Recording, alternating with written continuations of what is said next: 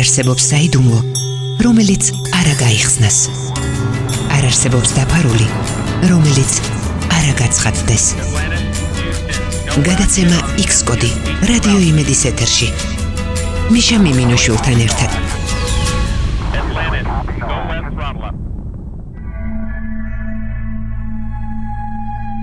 1908 წელი 30 ივნისი დილის 7 საათი სიბირის აღმოსავლეთით მდინარე ოტკამენოე ტუნგუსკას თავზე უეცრად უზარმაზარი ცეცხლოვანი ბირთვი აკაშკაშდა.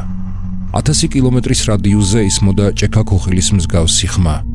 აშკარა იყო, რომ უკაცრიელი ტაიკის თავზე 8 კილომეტრის სიმაღლეზე რაღაცა აფეთქდა.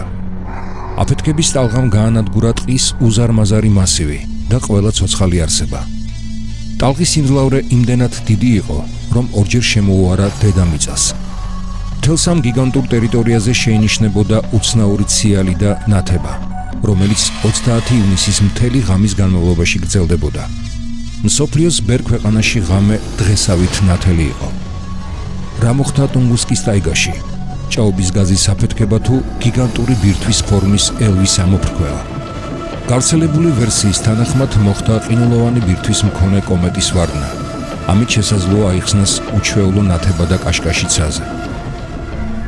შესაძლოა ეს გამოწვეული იყო კომეტის ყინულის კრისტალების კონცენტრაციით დედამიწიდან 50 კილომეტრის სიმაღლეზე.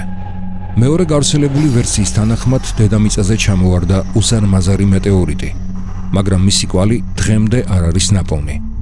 შეუძლებელია, რომ ასეთი უზარმაზარი სხეულის აფეთქების შემდეგ არ დარჩენილიყო არავითარი ნივთიერი მტკიცებულება. პირველი ექსპედიცია ტუნგუსკაზე მოეწყო კატასტროფიდან 20 წლის შემდეგ. მაშინ აღმოაჩინეს მანამდე უცნობი ტბა, ჩეიკა, რომელიც ფორმით მოგვაგონებს აფეთქებით გამოწვეულ ღრმულს და სავარაუდოდ სწორედ მის ფსკერზეა დავანებული ტუნგუსკის მეტეორიტი.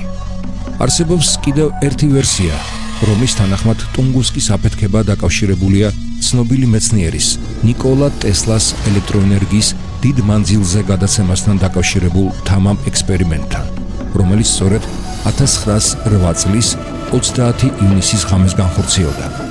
გავიდა 100-ზე მეტი წელი და ტუნგუსკის კატასტროფა კვლავ რჩება ამოუხსნელ საიდუმლოდ.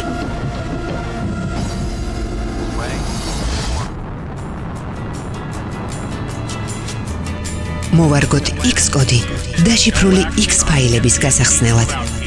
X-კოდი მიშა მიმინოშვილთან ერთად.